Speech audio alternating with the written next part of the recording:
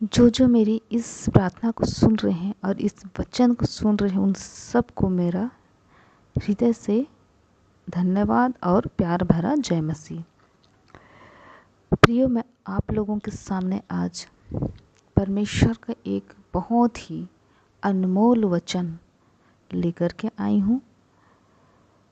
जिस किसी भाई बहन के पास यह वचन पहुँचे तो वे शुरू से लेकर लास्ट तक इसे सुने, क्योंकि परमेश्वर का जो वचन है वो आप लोग को बहुत तायत से आशीष देगी।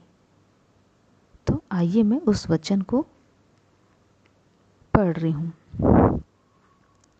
भजन संहिता का 27 अध्याय का 4वां पद।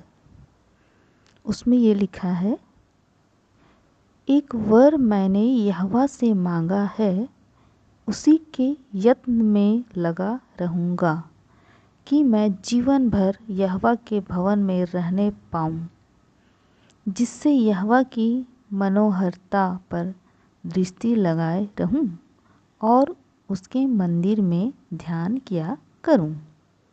तो प्रियो, इस वचन के द्वारा हम सबको परमेश्वर बहुतायत की आशीष दे।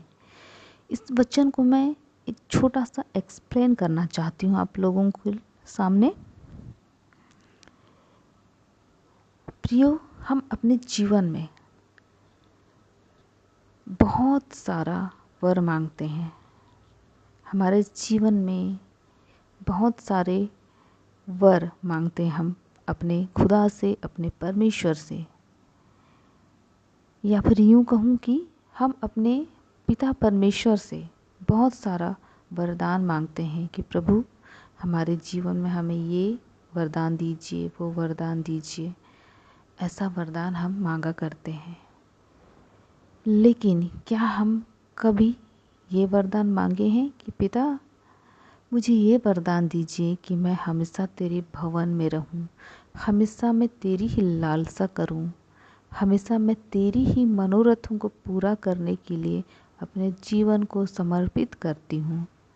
ऐसी लालसा हमने बहुत ही कम मांगा होगा, है ना प्रियो। हम अपने जीवन में अपने भौतिक, अपने आसपास की स्थितियों परिस्थितियों के अनुसार हम वर मांगते हैं, सांसारिक वर मांगते हैं। हम कहते हैं परमेश्वर से कि हमें सांसारिक वर दीजिए, जो कुछ दिनों का होता है, कुछ पलों का होता है, कुछ सालों का होता है। लेकिन जो वर अभी जो वचन में लिखा है कि मैं तेरे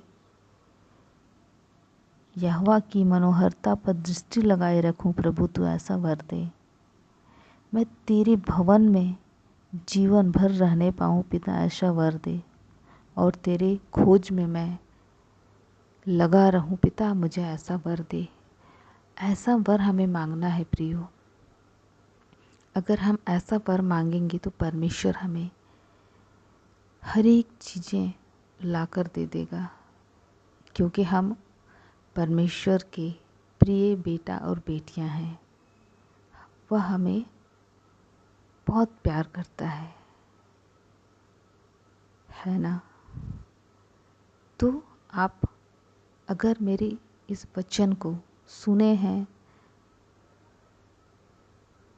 मेरा कहना है कि अगर आप लोगों ने इस भजन संहिता का 27 अध्याय का 4 पद का जो वचन जो मैंने बताया अभी, जो लोग भी इसे सुन रहे हैं, आप लोग से निवेदन है कि आज तक अगर आप लोग को ये वचन नहीं पता था या फिर ऐसी वचन के बारे में नहीं मालूम था, आज तक आप लोगों ने परमेश्वर को यत्न से नहीं खोजा और जैसा वचन में लिखा है वैसा नहीं किया, तो आप आज से करना शुरू करिए प्रियो। तो देखिएगा कि आपके जीवन में हर एक बंधन टूटेंगे, हर एक आशीषों से परमेश्वर आप लोगों को भर देगा। तो इस वचन के द्वारा हम सबको आशीष मिले। आमीन, आमीन, आमीन।